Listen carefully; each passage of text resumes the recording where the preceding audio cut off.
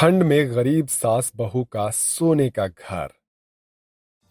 आनंदी बहू, इस चावल से भरे कलश को अपने दाएं पैर से गिराकर घर के अंदर प्रवेश करो। जी माँ जी।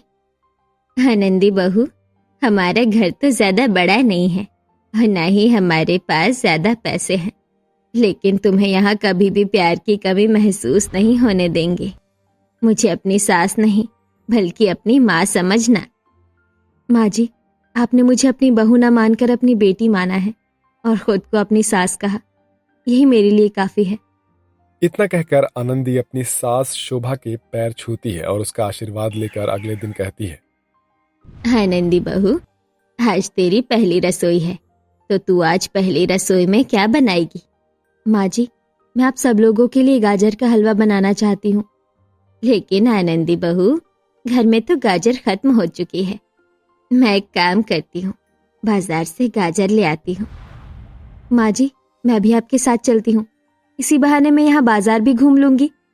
इतना कहकर आनंदी अपनी सास शोभा के साथ बाजार में गाजर लेने के लिए निकल जाती है और गाजर लेकर दोनों सास बहू घर लौट ही रही होती है कि तभी ये क्या है? पौधा यहाँ बीच रास्ते में क्या कर रहा है? लगता है किसी पौधे वाले ने गलती से इस पौधे को यहाँ गिरा दिया। माँ जी, ये पौधा कितना ज्यादा सुंदर है ना, और ध्यान से देखने पर ये पौधा हल्का हल्का चमक भी रहा है। हाँ बहू, ये पौधा बहुत सुंदर है।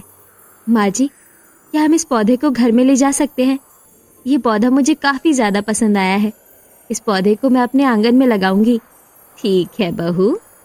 आनंदी उस पौधे को लेकर अपने घर के आंगन में लगा देती है, जिसके बाद वो उसे बहुत प्यार से पानी देती है। धीरे धीरे पौधा भी बड़ा होने लगता है। आनंदी दिन में एक बार खाना भूल सकती थी, लेकिन उस पौधे को पानी देना कभी नहीं भूलती है। धीरे धीरे समय बीतता है और आज पूरे 5 साल हो जाते हैं। अब वो छोटा सा पौधा एक बड़ा सा विशाल पेड़ बन जाता है। वहीं आनंदी की अब 3 साल की बेटी होती है। अच्छू, अच्छू। अरे ये क्या बहू, तुझे तो जुकाम हो गया है। ये ले, मेरी शॉल ओढ़ ले। ऐसी हालत में तेरी तबीयत का खराब होना ठीक नहीं। माँ जी, अगर आप ये शॉल मुझे दे देंगी तो आप क्या ओढ़ेंगी? माँ शोभा, बस कुछ दिनों की बात है। फसल के कटते ही हमारी सारी परेशानियां दूर हो जाएंगी।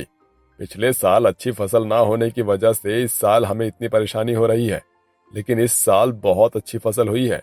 आप देख लेना, इस साल तो हमें फसल की दुगनी कीमत मिलेगी। आप लोग रुकिए, मैं अभी आती हूँ। लेकिन बहू, तू इतनी ठंड में बाहर कहाँ जा रही है? माँ जी, पेड़ को पानी देने का समय हो गया है, मैं अभी इसे पानी देकर आती हूँ। इन 5 सालों में आज तक एक भी ऐसा दिन नहीं गया होगा जिस दिन तूने उस पेड़ को पानी ना दिया हो। इस बार सर्दी का मौसम काफी तगड़ा पड़ा था। चारों तरफ ओस के साथ साथ अब बर्फ भी गिरने लग गई थी। बर्फ गिरने की वजह से मनोज की साल भर की खेती करने की मेहनत बर्बाद हो जाती है और उसकी सारी की सारी फसल खराब हो जाती है। हे भगवान, ये क्या हो गया? सारी की सारी फसल कैसे खराब हो सकती है? अब हम लोग क्या करेंगे? 6 महीने से मकान का किराया नहीं दिया है। आनंदी बहू की भी कुछ महीनों में डिलीवरी है। माँ जी, ऐसे परेशान मत होइए, देखना सब कुछ ठीक हो जाएगा।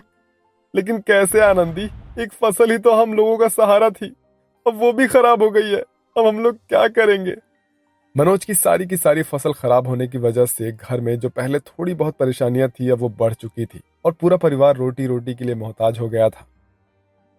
मम्मी मम्मी, बहुत ठंड लग रही है। रूबी, मेरी बच्ची, मैं तेरे हालात समझ सकती हूँ, लेकिन क्या करें, हमारे पास इस ठंड से बचने के लिए ना ही तो गर्म कपड़े हैं और ना ही रजाई।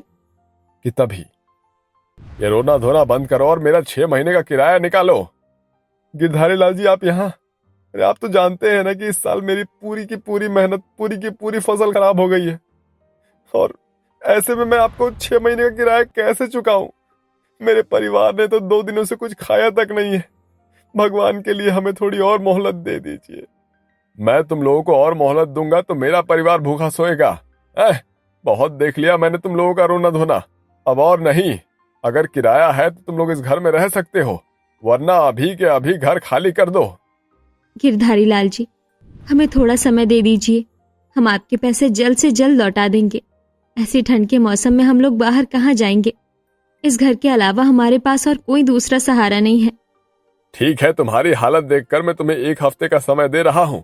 अगर 1 हफ्ते में तुम लोगों ने मेरा किराया नहीं दिया तो खुद ब खुद मकान खाली कर देना। इतना कहकर गिरधारी लाल वहां से चला जाता है और बेचारा पूरा परिवार अपनी किस्मत को कोसते हुए रोने लगता है। आनंदी रोते हुए बाहर आ जाती है और उस पेड़ के नीचे बैठकर रोने लगती है। हे भगवान, मैं क्या करूं? मेरा पूरा परिवार बेघर हो जाएगा। ऐसी हालत में अपने परिवार को लेकर कहाँ जाऊंगी? ऊपर से ये ठंड का कहर। भगवान, या तो हमारी मदद करो या हमें अपने पास बुला लो। नहीं आनंदी, ऐसा मत कहो। मुश्किलों से हार मानने वाला कायर होता है। कौन बोला? कौन बोला? कौन है इधर? सामने आओ मेरे। आनंदी, डरो मत। मैं कोई इंसान नहीं हूं, मैं एक जादुई पेड़ हूं। क्या? ये तुम हो? लेकिन तुम तो पेड़ हो। तुम बोल कैसे सकते हो? नहीं नहीं, ये नहीं हो सकता। ये मेरा वहम है। ये वहम नहीं, सच है। मैं जादुई पेड़ हूं। 5 साल पहले जब मैं बेसहारा होकर सड़क किनारे पड़ा था तो तुमने मुझे उठाया और मुझे सहारा दिया। इन 5 सालों में आज तक एक भी ऐसा दिन नहीं गया जिस दिन तुमने मुझे पानी नहीं दिया। तुमने तो मेरा अपने बच्चों की तरह ख्याल रखा है और आज जब तुम मुसीबत में हो तो ये मेरा फर्ज है कि मैं तुम्हारा ख्याल रखूं। मैं तुम्हारे परिवार वालों की परेशानियां जानता हूं, इसलिए अब मैं तुम्हारी मदद करना चाहता हूं। जादुई पेड़ के इतना कहते ही उस जादुई पेड़ में से एक सुनहरी और चमकदार रोशनी निकलती है और आनंदी के घर के बगल में देखते ही देखते उस रोशनी से एक बड़ा सा पीले सुनहरे रंग का मकान बनकर तैयार हो जाता है कि तभी वहां पर आनंदी के ससुराल वाले भी आ जाते हैं और ये सब देखकर वो काफी हैरान होते हैं। ये मामूली घर नहीं है, बल्कि एक जादुई घर है। तुम लोग जब भी इस घर से जो भी मांगोगे वो तुम्हें मिलेगा। मैं अपनी जिंदगी में सिर्फ एक बार जादू कर सकता था, इसलिए मैंने तुम्हें जादू से ये जादुई घर दे दिया। इससे तुम अपने परिवार वालों की मदद कर सकती हो। लेकिन याद रहे, तुम जब भी इस जादुई घर का गलत फायदा उठाओगी तो इसका जादू हमेशा हमेशा के लिए खत्म हो जाएगा। इतना कहकर वो जादुई पेड़ दोबारा से एक साधारण पेड़ बन जाता है और सारा परिवार उस सुनहरे घर के अंदर आता है। अरे, ये घर तो पूरा का पूरा खाली है।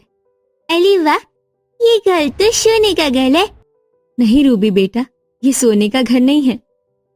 ऐ जादुई सोने के घर, हमें अपना जादू दिखाओ और इस पूरे घर को घर के सारे सामानों से भर दो। आनंदी के इतना कहते ही उस सुनहरे घर के अंदर एक सुनहरी रोशनी चमकती है और देखते ही देखते वो पूरा घर सभी सामानों से भर जाता है। इसका मतलब ये घर सच में जादुई है। जादुई सोने के घर, हमें अपना जादू दिखाओ और हम लोगों के लिए खाना लेकर आओ। हम लोगों ने 2 दिनों से कुछ भी नहीं खाया है। शोभा के इतना कहते ही फिर से घर के अंदर एक सुनहरी चमकदार रोशनी चमकती है और देखते ही देखते उसके सामने 56 भोग से भरी खाने की थालियां आ जाती है। मुझे तो यकीन ही नहीं हो रहा है जो मैं देख रहा हूं। क्या क्या ये सच है? ए जादुई घर, अपना जादू दिखाओ और मेरे पूरे परिवार के लिए गर्म कपड़े लेकर आओ। मनोज के इतना कहते ही फिर से एक सुनहरी और चमकदार रोशनी आती है और सभी परिवार वालों के शरीर पर गरम गरम और अच्छे स्वेटर आ जाते हैं। आनंदी बहू, ये सब सिर्फ तेरी वजह से हुआ है। तेरी ही अच्छाई की वजह से आज हमारी जिंदगी पूरी तरह से बदल गई। ये तो भगवान की कृपा है कि उनके ऐसा उपकार हुआ माँ जी। इस जादुई घर से हम लोग अब अपनी मदद आसानी से कर सकते हैं, लेकिन हम इसका कभी कोई गलत फायदा नहीं उठाएंगे और इसी के साथ अब हम गरीब और जरूरतमंद लोगों की भी मदद करेंगे। आनंदी उस जादुई सोने के घर की मदद से अब सड़क पर रह रहे गरीब और जरूरतमंद लोगों के लिए कंबल और रजाई लेती है और इसी के साथ उनके लिए खाने पीने का सामान भी लेकर उन लोगों की मदद करती है। मनोज भी अब उस जादुई सोने के घर से मदद मांगता है और खुद का काम शुरू कर लेता है, जिससे उसकी तरक्की भी दिन प्रतिदिन बढ़ने लगती है। और इसी के साथ तुम लोगों का भला हो। अमीर से अमीर इंसान भी हम लोगों को नजरअंदाज करके चला जाता है, लेकिन तुम लोग हमारी मदद कर रहे हो। तुम तो भगवान के भेजे हुए फरिश्ते हो। बिटिया, भगवान तुम्हारा भला करे, तुम्हारी झोली में दुनिया भर की सारी खुशियां भर दे। लोगों की मदद करने से आनंदी और उसके परिवार वालों को काफी दुआएं मिलती है। कुछ हफ्तों में आनंदी की डिलीवरी भी हो जाती है और आनंदी एक सुंदर सी बेटी को जन्म देती है। इसी के साथ आज वो पूरा परिवार उस जादुई घर की मदद से सभी लोगों की मदद करता है। सच ही कहा है किसी ने कि अगर आप किसी की सच्चे दिल से मदद करते हो तो भगवान उसका फल आपको जरूर देता है।